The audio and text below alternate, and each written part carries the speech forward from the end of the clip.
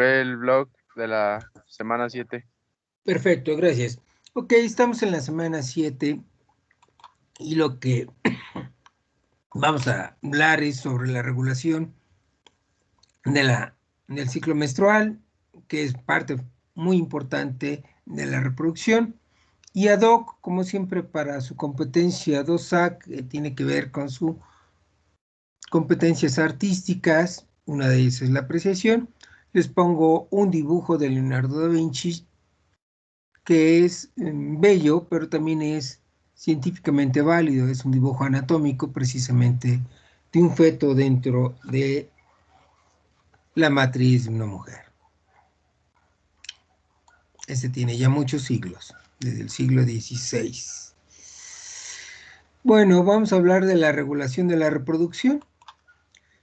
Y entonces vamos a hablar de procesos que ocurren en el ovario. Vamos a ver los niveles de hormonas que se producen para coordinar este proceso, procesos que ocurren también dentro del útero, en el endometrio, incluso hay procesos físicos como cambios de temperatura.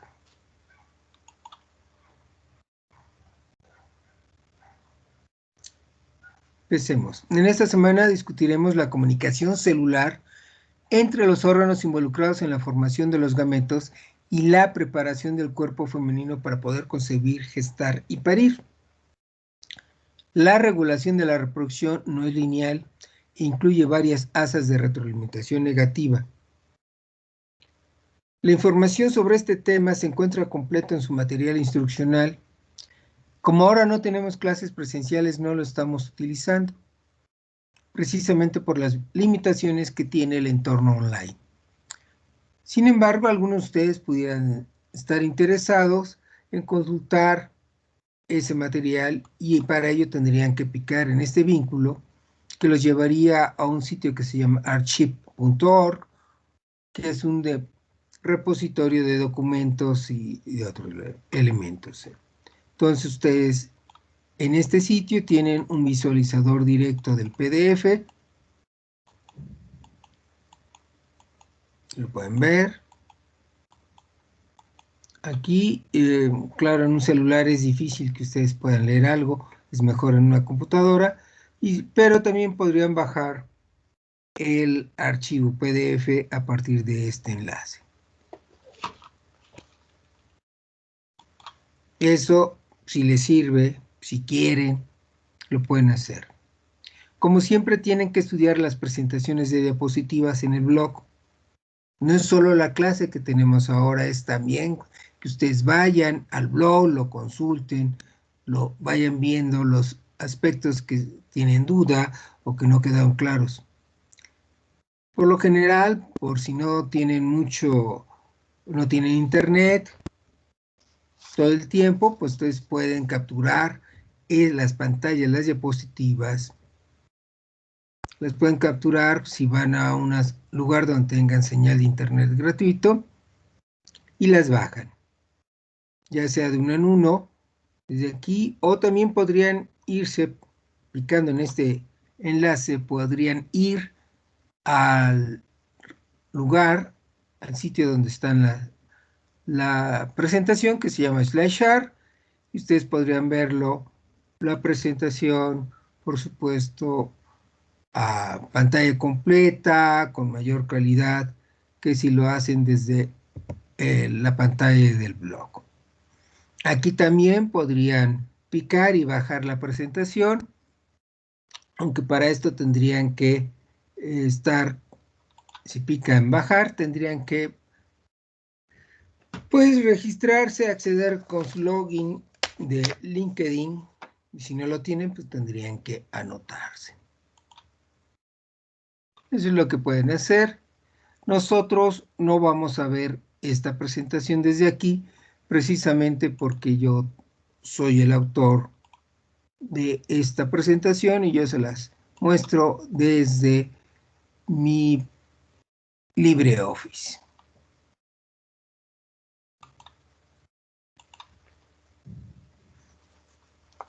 Voy a hablar de la regulación del ciclo menstrual. La presentación que tienen aquí es la versión 2.0. Primero, ¿qué es el ciclo menstrual? Bueno, es una serie cíclica de procesos realizados en el cuerpo de las mujeres orientados a alcanzar el estro. El estro es el periodo fértil. 3, 5, 9 días del ciclo menstrual, y pocas especies en realidad tienen ciclo menstrual. Pocas especies menstruan. El ciclo dura en las mujeres alrededor de 28 días, de allí su nombre, mens, pero puede durar menos o puede durar más, como sus compañeras saben perfectamente. Durante el ciclo ocurren eventos concertados, de los cuales se ven muy pocos de los muchos que son, pero son eventos que ocurren en el hipotálamo, la hipófisis, el ovario y el endometrio, estructuras que ya habíamos mencionado con anterioridad, precisamente para poder discutir el ciclo menstrual. ¿Cuándo ocurre el ciclo menstrual? Bueno,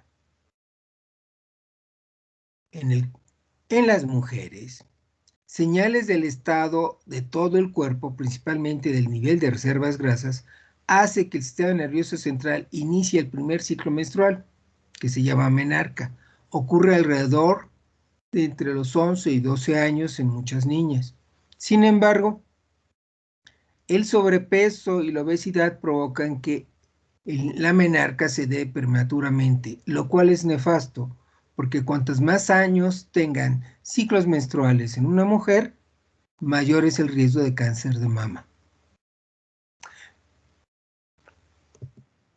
Los ciclos menstruales entonces se suceden solo interrumpidos por embarazos o delgadez extrema, que es el caso de las atletas de alto rendimiento. El periodo fértil de la vida termina con un lento proceso de mengua de los ciclos. Lo llamamos menopausia, de mens, que significa mes, paus, que significa precisamente paro, pausa, e ia, condición donde se detienen las menstruaciones. ¿Qué estructuras participan en el ciclo? Ya las habíamos mencionado, por volvernos a hacerlo. El hipotálamo, la hipófisis, los ovarios y finalmente el útero, particularmente el endometrio. El hipotálamo y la hipófisis saben que están en la base del cerebro, son estructuras muy pequeñas que producen hormonas y comunican produciendo mensajeros químicos, en particular, en este caso es la parte anterior de la hipófisis, que se llama adenohipófisis, y por supuesto los ovarios que están a ambos lados del útero, y el endometrio que es la capa interna que recubre el interior, por supuesto, valga la redundancia, de la matriz. ¿Qué cambios ocurren en el ciclo? Son muchos cambios, no todos son tan visibles. Sin embargo, el primero de ellos es precisamente, ocurren en el ovario. Hay cambios en estructuras que se llaman folículos, que pasan por diversos estados a lo largo de los 28 días que vamos a mencionar convencionales de un ciclo menstrual. Tenemos cambios de temperatura. La primera mitad del ciclo, la temperatura del cuerpo de una mujer es más baja que en la segunda mitad. Tenemos cambios en los niveles hormonales producidos por la hipófisis anterior, la hormona luteinizante, LH, la hormona folículo estimulante, FSH, y también en los niveles de las hormonas producidas en los ovarios, el estradiol o estrógeno o la progesterona. Finalmente, también tenemos cambios en el grosor del tejido que recubre el útero, que se llama endometrio, que se adelgaza en la menstruación, luego crece y vuelve a adelgazarse en la siguiente menstruación. Ahora analicemos paso por paso qué ocurre en cada estructura. ¿Qué pasa en el ovario? En el ovario ocurren dos fases separadas por la liberación del óvulo, que se llama precisamente ovulación. La fase folicular, en la cual crece un folículo hasta la ovulación, es lo primero, y luego pasa la fase lútea, en la cual se forma el cuerpo amarillo de los restos del folículo, generando progesterona y desapareciendo si no hay embarazo. Se llama cuerpo amarillo porque tiene ese color. En las vacas, en las mujeres es más bien blancuzco, pero lo importante aquí es que fase lútea lúteo quiere decir amarillo. Tenemos fase folicular, primero 14 días, ovulación, y fase lútea, los 2 semanas posteriores. ¿Cómo cambia la concentración sanguínea de las hormonas? Bueno, la hipófisis y el ovario liberan hormonas a lo largo del ciclo. La concentración sanguínea cambia provocando primero la ovulación alrededor del día 14. Vean los niveles bajos de la hormona luteinizante, excepto antes de la ovulación. Los niveles un poco altos, ligeramente, solo moderadamente altos, de la hormona folicoestimulante primero y luego otro pico coincidente con la LH para estar niveles muy bajos en la segunda mitad del ciclo.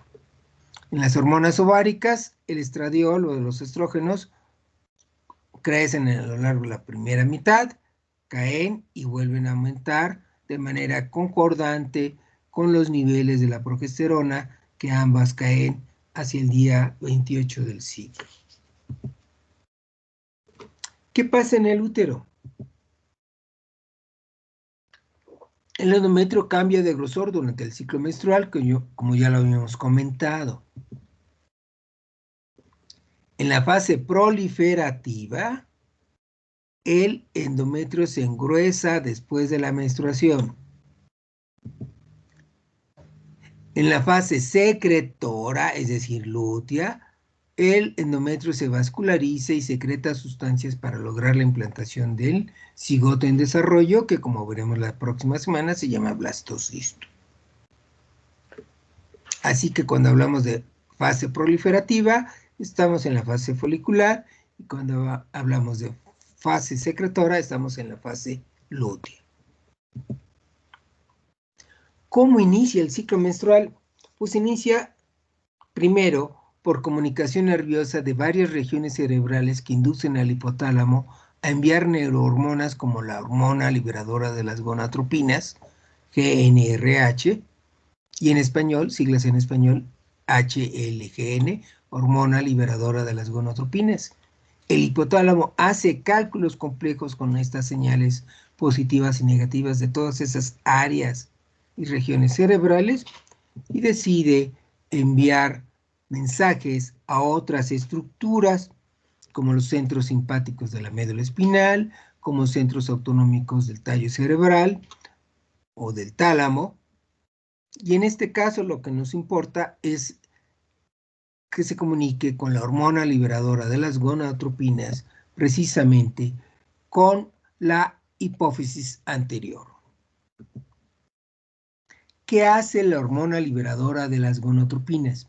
Bueno, la GnRH, elaborada por pulsos por neuronas del hipotálamo, viaja por vasos portihipofisiarios hacia la adenohipófisis, a esta parte anterior de la hipófisis.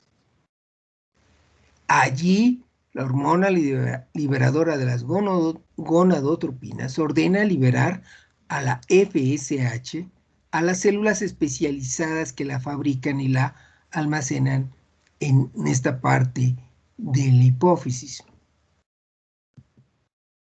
¿Qué hace entonces la FSH liberada a la circulación? Pues viaja transportada por la sangre desde la hipófisis hacia los ovarios. Ahí la FSH llega al ovario y estimula el crecimiento de algunos de los más de 200,000 folículos existentes en los ovarios. Esos folículos, aparte de crecer, estimulados por esta hormona, producirán estrógeno. Por lo común, acotamos, en los humanos solamente un folículo estallará liberando un solitario óvulo.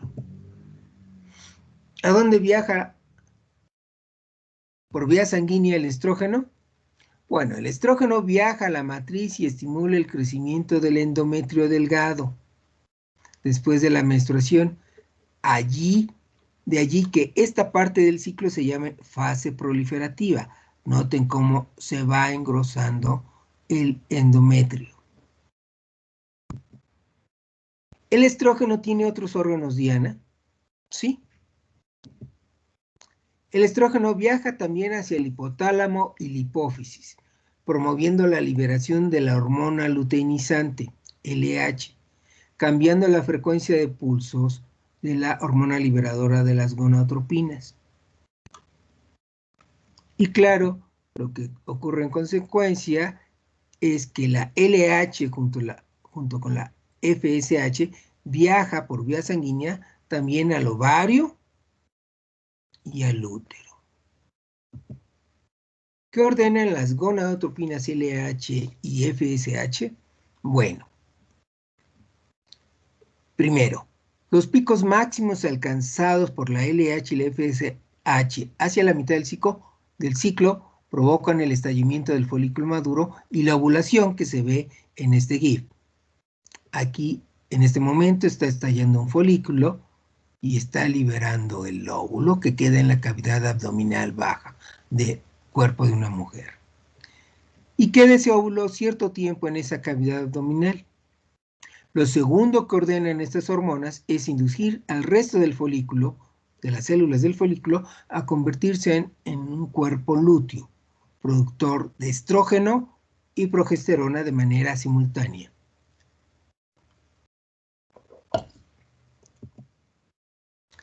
Ahora, ¿qué hacen el estrógeno y la progesterona moviéndose por el aparato circulatorio? Bueno, llegan al útero para estimular al endometrio ya engrosado a convertirse en un endometrio secretor de sustancias que favorecen la anidación del blastocisto, la estructura en desarrollo que llega al útero y que tiene que, para que realmente se establezca el embarazo, tiene que ocurrir la implantación, como lo estudiaremos eso la semana que entra. ¿Qué le pasa al óvulo liberado? Bueno, el óvulo recién liberado en la cavidad abdominal es atrapado por alguna de las trompas de Falopio y le conduce hacia el útero. En el primer tercio, en caso de coito coincidente, podría ocurrir la singamia. Vean aquí al óvulo rodeado por un montón de espermatozoides. Alguno de ellos lo va a fecundar. Si una semana después no ocurre la implantación del blastocito, es decir, si ocurrió la singamia e inició el desarrollo embrionario y llega esta estructura multicelular llamada blastocisto a la superficie del endometrio, ¿sí? Si no se implanta, si nomás queda en la superficie, entonces no hay embarazo. Y si no hay embarazo, ¿qué pasa?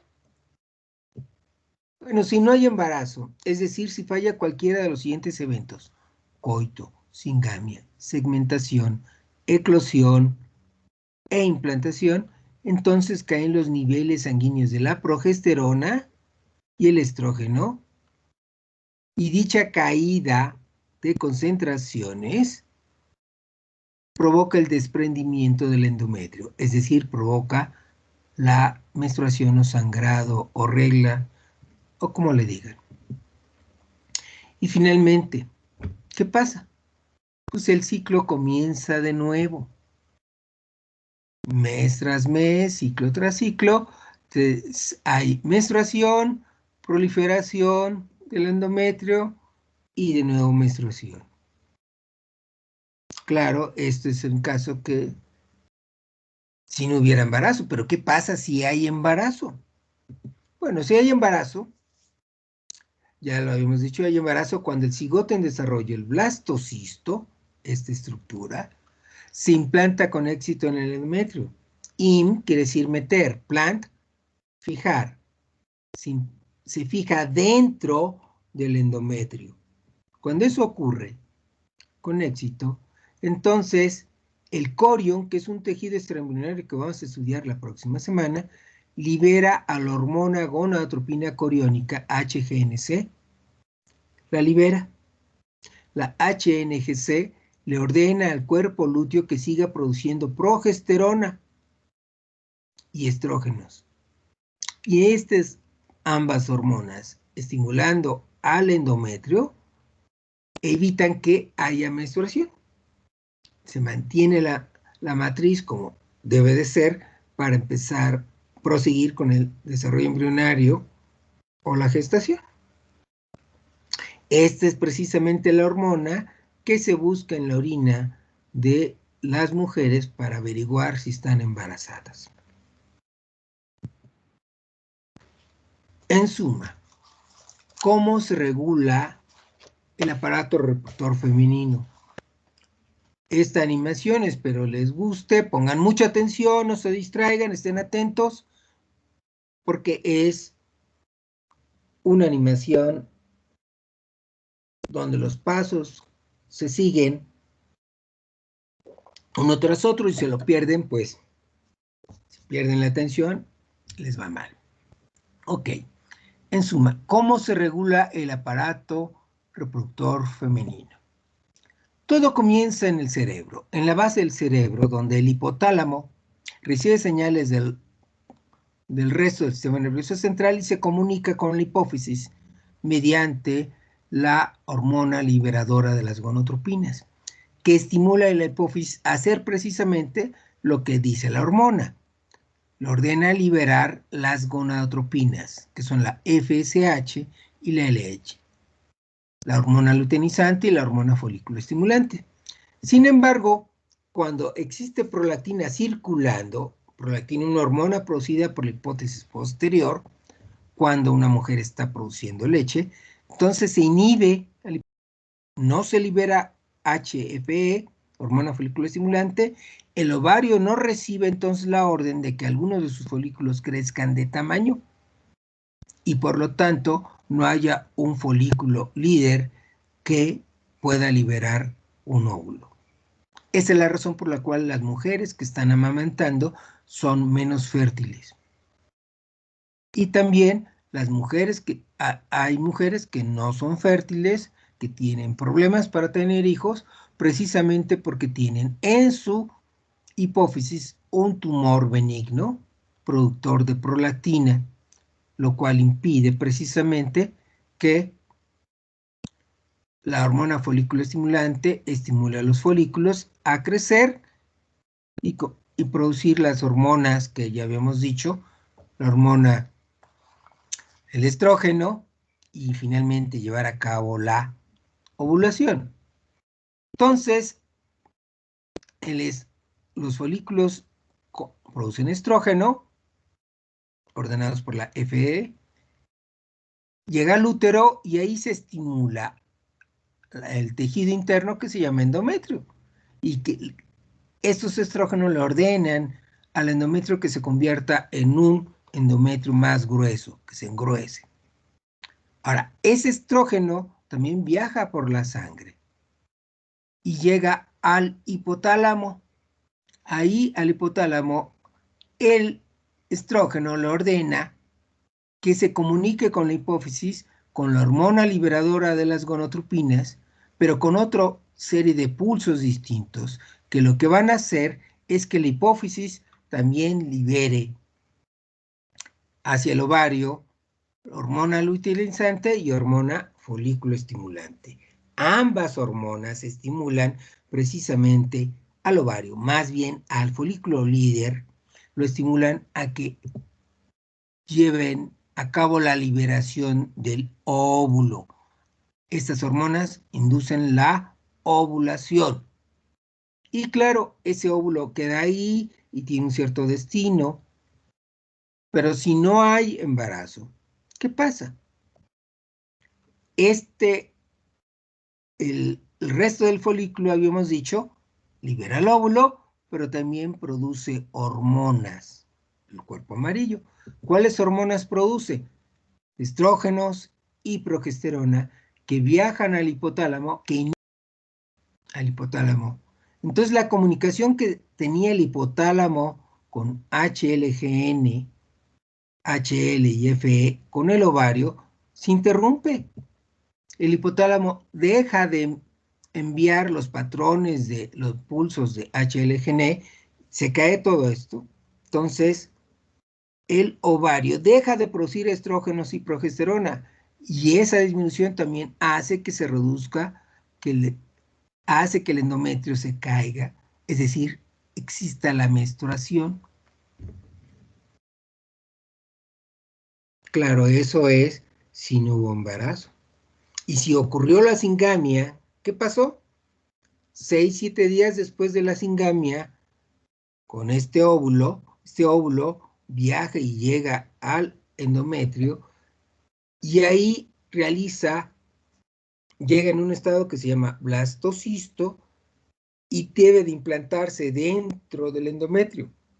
Si lo logra, entonces envía al ovario una señal química que es la gonadotropina coriónica, que estimula al cuerpo amarillo que todavía está allí a que aumente la producción de estrógeno y progesterona. Como en ese caso los estrógenos y progesteronas no caen sus concentraciones, entonces el endometrio sigue siendo estimulado y se mantiene allí.